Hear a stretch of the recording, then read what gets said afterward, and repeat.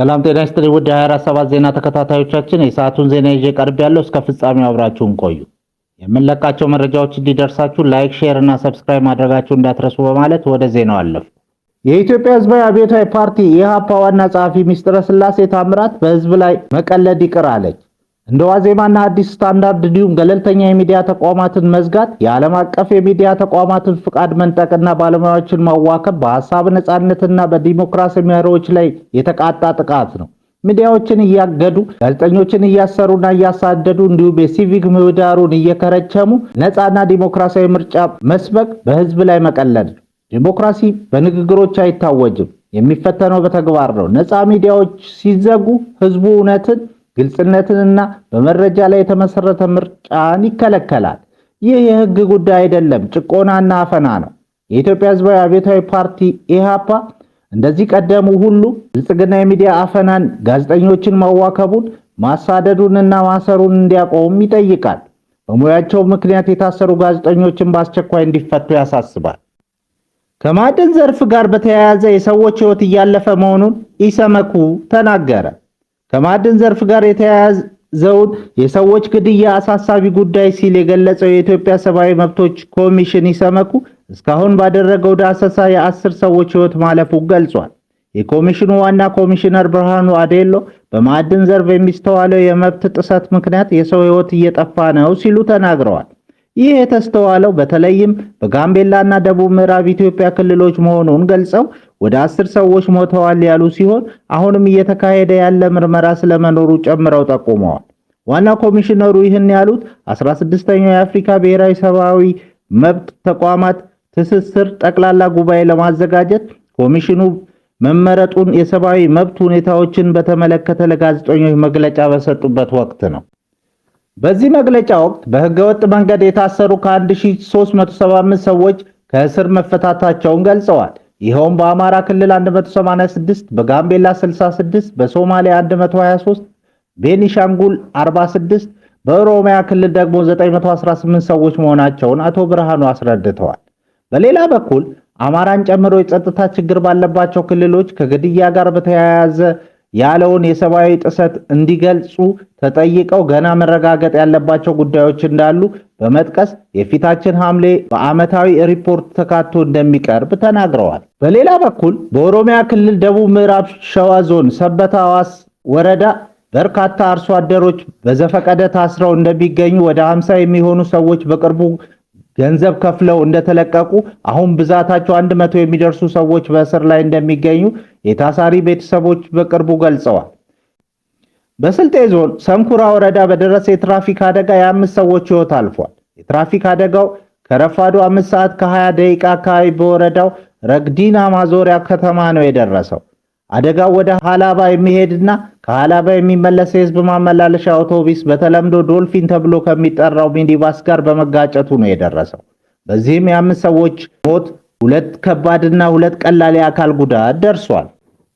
ለዓመታት በእስር ላይ የነበሩ ረዳት ፕሮፌሰር ሲሳይ አውግቸው በዋስ እንዲለቀቁ ተወስኖላቸው ከእስር ቤት እየወጡ ባሉበት በፌዴራል ፖሊስ ተይዘው መወሰዳቸውን ጠበቃቸው አቶ ሰለሞን ገዛኸኝ ትላንት ገለጹ። በ100 ሺህ ብር ዋስ ይለቀቁ ተብሎ ሁሉን ነገር አሟልተን ትላንት መፈቻውን አስይዤ ቤተሰቦቹን ልኬ ነበር ያሉት ጠበቃ ሰለሞን፣ ይሁን እንጂ በፖሊስ ተወስደዋል ነው ያሉት። 10 ሰዓት ላይ ደውለው ሲወጣ በር ላይ በመኪና ይዘውት ወደ ፌዴራል ፖሊስ እየተወሰድኩ ነው አሉኝ ቤተሰቦቹ። ይሄ ነው ያለው እውነት ሲሉ ተናግረዋል። በእነ ዶክተር ወንደሰን አሰፋ መዝገብ ስር ያሉት ተከሳሽ ዶክተር ሲሳይ እና አቶ ሞላልኝ ሲሳይ የተከሰሱበት አንቀጽ ስለተቀየረ ዋስትና መጠየቅ ትችላላችሁ በተባለው መሰረት ባለፈው ሳምንት ዋስትና በጽሁፍ ማስገባታቸውንም አስታውሰዋል። ከዚያም አቃቢ ህግ ምላሽ መስጠቱን የገለጹት ሰለሞን የካቲት 11 ላይ ፍርድ ቤቱ የአቃቢ ህግን መልስ ከተቀበለ በኋላ ለብይን ብሎ ሰኞ ቀጠረው። ከሁለቱ አንቀጽ ወደ ዋስትና በተቀየረው ሁለቱን በተመለከተ አንደኛውን ዋስትናውን አክብረው አይቀርቡም ብሎ ተከለከለ በማለት ዶክተር ሲሳይ ግን ዋስትና እንደተፈቀደላቸው አስረድተዋል። ረዳት ፕሮፌሰር ሲሳይ አውግቸው አሁን ዶክተር ነው፣ እዛው ማረሚያ ቤት ነው ዶክትሬቱን የሰራው ሲሉም ተናግረዋል። በእነ ዶክተር ወንደሰን አሰፋ መዝገብ ስር እነ ዶክተር ሲሳይ አውግቸው ጨምሮ ጋዜጠኛ መስከረም አበራ፣ ጋዜጠኛ ዳዊት በጋሻው፣ ጋዜጠኛ ጎበዜ ሲሳይና ጋዜጠኛ ገነት አስማማው እንዳሉበትና ተከሳሾቹ በአጠቃላይ 52 እንደሆኑም ገልጸዋል። ከእነዚህ መካከል 23ቱ ባሉበት፣ ቀሪዎቹ ደግሞ በሌሉበት ጉዳያቸው በፍርድ ቤት እየታየ መሆኑን፣ ከ23 ተከሳሾቹ 6ቱ ጥር ላይ በነፃ እንዲሰናበቱ የተወሰነላቸው፣ 2ቱ አንቀጽ የተቀየረላቸው፣ ሌሎች ደግሞ ይከላከሉ የተባሉ መሆናቸውንም አብራርተዋል።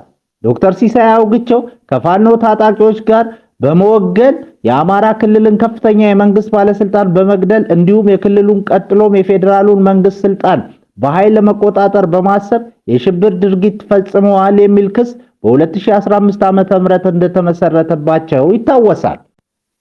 አዲሱ የደረቅ ቆሻሻ አዋጅ የፕላስቲክ ማሸጊያዎችን ትርጓሜና አጠቃቀም ደነገገ። በቅርቡ በወጣው የደረቅ ቆሻሻ አያያዝና አወጋገድ አዋጅ ቁጥር 1383/2017 ላይ የፕላስቲክ ማሸጊያዎች ምንነትና አጠቃቀም የሚመለከቱ ዝርዝር ድንጋጌዎች ተቀመጡ። አዋጁ የፕላስቲክ ማሸጊያዎች ትርጓሜ ሲያብራራ ማንኛውም አምራች ምርቶች ከብክለት እንዲጠበቁ ወይም ከሌላ ቁስ ጋር እንዳይቀላቀሉ ለማድረግ የሚጠቀምባቸው ከፕላስቲክ የሚዘጋጁ መጠቅለያዎች ወይም መያዣዎች መሆናቸውን ጠቅሷል። የተፈቀዱ የፕላስቲክ ማሸጊያዎች በዚሁ አዋጅ መሰረት ለሚከተሉት አዋጆች የሚውሉ የፕላስቲክ ማሸጊያዎች የተፈቀዱ መሆናቸው ታውቋል። የምግብ ምርቶች፣ የባልትና ውጤቶች፣ የላውንደሪ ልብስ ማጠቢያ አገልግሎቶች፣ ሌሎች የንግድ ምርቶች። እነዚህ በሕግ የተፈቀዱ የፕላስቲክ ማሸጊያዎች ጥቅም ላይ ውለው ካበቁ በኋላ የሚኖራቸው የቆሻሻ አያያዝ በዘፈቀደ የሚከናወን ሳይሆን በአዋጁና አዋጁን ተከትሎ በሚወጡ የማስፈጸሚያ ሕጎች፣ ደንብና መመሪያዎች መሰረት የሚመራ እንደሚሆን ተመልክቷል። ይህ አዲሱ ድንጋጌ በአምራቾችና በተጠቃሚዎች ዘንድ ያለውን ብዥታ የሚቀርፍ ሲሆን በተለይም የፕላስቲክ ብክለትን በሕግ ማዕቀፍ ለመቆጣጠር ስርዓት ባለው መልኩ ለማስወገድ ከፍተኛ እገዛ ይኖረዋል ተብሎ ይታመናል። በሌላ ዜና እስራኤልና ህንድ በኢኮኖሚና በወታደራዊ መስኮች ያላቸውን ስትራቴጂካዊ ግንኙነት አጠናከሩ። የእስራኤል ጠቅላይ ሚኒስትር ቤንጃሚን ኔታንያሁና የህንዱ አቻቸው ናሬንድራ ሞዲ በሁለቱ ሀገራት መካከል ያለውን የሁለትዮሽ ግንኙነት ይበልጥ ለማጠናከር ውይይት አድርገዋል። ጠቅላይ ሚኒስትር ሞዲ በእስራኤል ባደረጉት ጉብኝት በኔታንያሁ የሞቀ አቀባበል የተደረገላቸው ሲሆን ኔታንያሁ ሞዲን ታማኝ ወዳጅና ታላቅ መሪ ሲሉ አወድሰዋቸዋል።